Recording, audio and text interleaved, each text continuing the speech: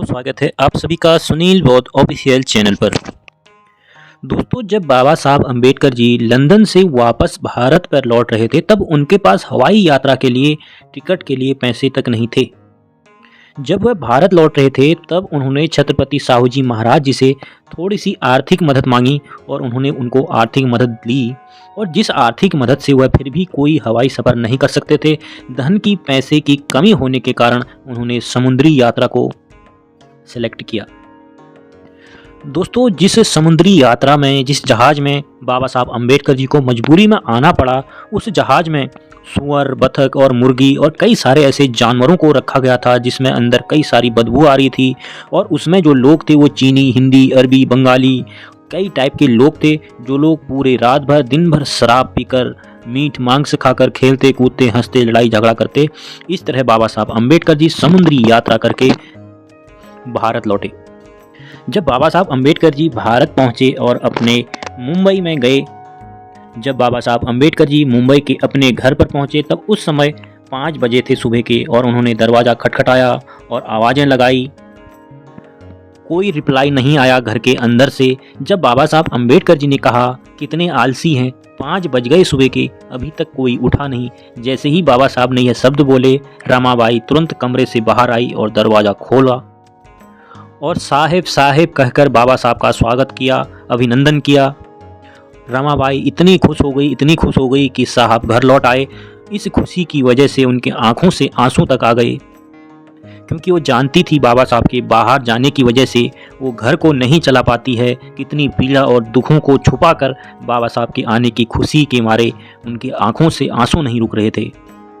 जैसे ही पूरे गांव बस्ती में पता चला बाबा साहब अंबेडकर जी लंदन से वापस लौट आए, तो जितने भी मजदूर थे, बस्ती के थे, बच्चे, स्त्री, पुरुष, सारे लोग दौड़ करके बाबा साहब अंबेडकर जी को मिलने के लिए उनके घर आए।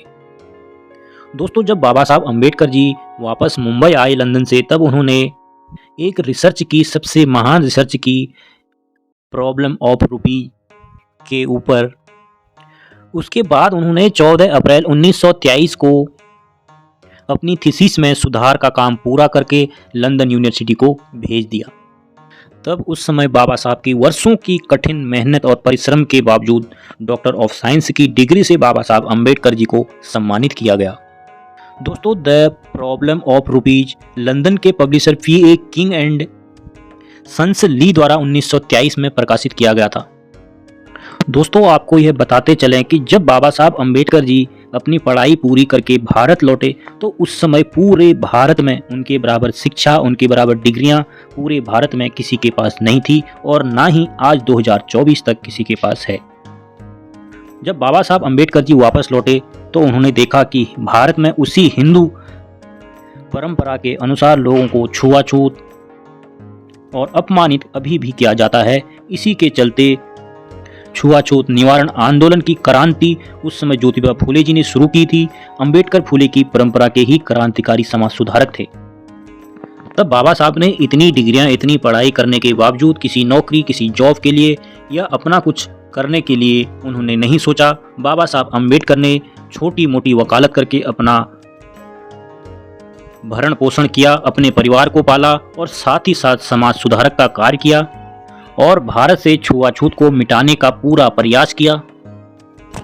बाबा साहब अंबेडकर जी ने 20 जुलाई 1924 को जितने भी समाज सुधारक थे उन सभी को मुंबई के एक हॉल में बुलाकर उनके साथ एक बैठक की और अपनी एक संस्था बनाई और संस्था का रजिस्ट्रेशन करवाया। दोस्तों साथ ही साथ हम आपको ये भी बताते चलें कि इस संस्था का आखिर उद्देश्य क्या था।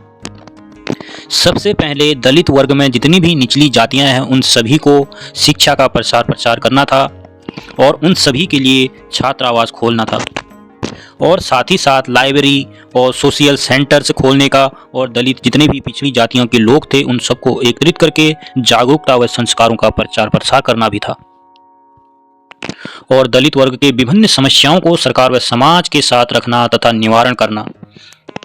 दोस्तों उस समय इस संस्था का विरोध सभी सवर्ण जातियों ने किया।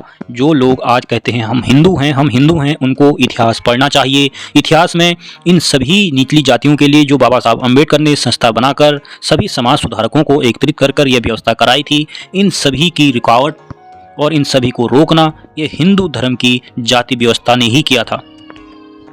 दोस्तों उस समय जितने भी हिंदू नेता थे और हिंदूवादी लोग थे वह सब जो है इसका बढ़ चढ़कर विरोध करने लगे कि दलित और जितने भी पिछड़ी जाति के लोग हैं उन सब लोगों को शिक्षा का अधिकार नहीं है और उनको स्कूल विद्यालय नहीं जाना चाहिए। और जितनी भी महिलाएं हैं वो जब विधवा हो जाती थी तो उनको दोबारा शादी करने का अधिकार नहीं था।